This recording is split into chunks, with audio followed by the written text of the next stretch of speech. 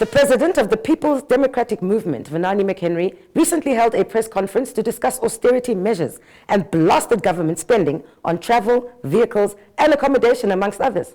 So we are calling on government to curb on the petrol gate, that there is a clear-cut, organized process that if Minister A is a minister, you get 2 tanks petrol per month, and that is it. These things of sending your drivers to your farm, sending people to do your errands with government vehicles on government cost, and that is allowed because it's apparently a benefit of incumbency, that cannot be allowed. And that is one of the austerity measures that we are calling to happen in this country. This morning, surprisingly, the president passed me and I had to get off the road. And I don't want to touch the motorcade of the president, but I've just counted vehicles that passed me, taking the president to the office. 12 vehicles. For now, we are not calling on the austerity of the presidential motorcade due to his protection being a person who is directly elected by a national suffrage. I'll let it go. I've just returned from Chile not so long ago. The president of Chile's motorcade is lesser than the current prime minister of our country's motorcade. With a country that has a bigger GDP, a bigger economy, his motorcade is lesser than what the current prime minister is having. So the vice president, the other day I was in the north giving, passing at the homestead of the King Palace when the king of the Wandonga people passed on. Nangolombumba's motorcade had to take me away from the road. I was stunned. I thought it was the president who was passing.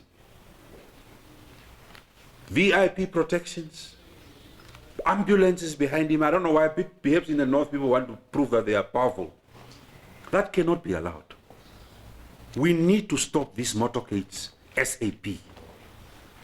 There is no justification whatsoever for a vice president to have a motorcade of more than 3 vehicles.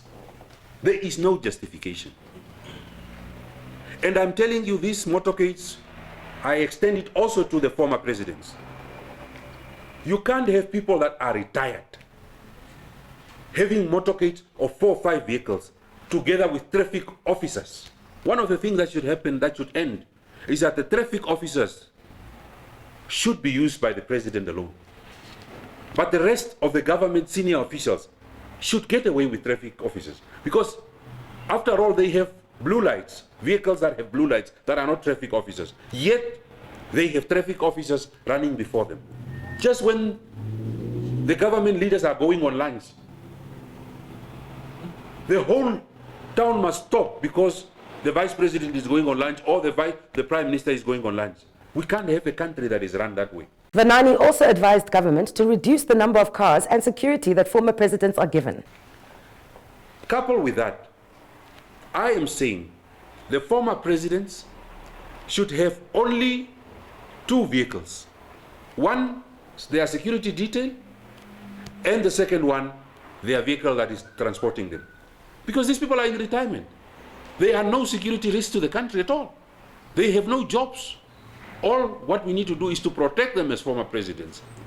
Now, one thing that must end, if you look at the motorcade of the current prime minister, and you compare it with the motorcade of Theresa May, who is the prime minister of England, in a first world country, with a much bigger economy, the motorcade of our prime minister in the country, who is number 3 in the echelons of power, is more expensive. The cars that she's using are more expensive than the cars that Theresa May is using in England. I am saying we must end these Mercedes-Benzes that are being used as blue lights. It's fine for the prime minister to travel in a Mercedes-Benz S-Class, bulletproof, or the vice president. That is fine. We have no problem with that. We have no problem with that. But the next car that must carry them as blue light must be a Corolla. Why can't they use a Toyota Corolla, a black Toyota Corolla, just directing where the prime minister is going? Why should she have 3 Mercedes-Benzes on petrol? How expensive those vehicles are. Why are we doing that? So we are saying, as PDM, The president, if he wants 2% from Namibians, he must walk the talk of austerity. Cut the Mercedes-Benzes that the prime minister is using. Cut the Mercedes-Benzes that the former presidents are using. Those additional blue lights must be cut. Put Corollas there. Save money.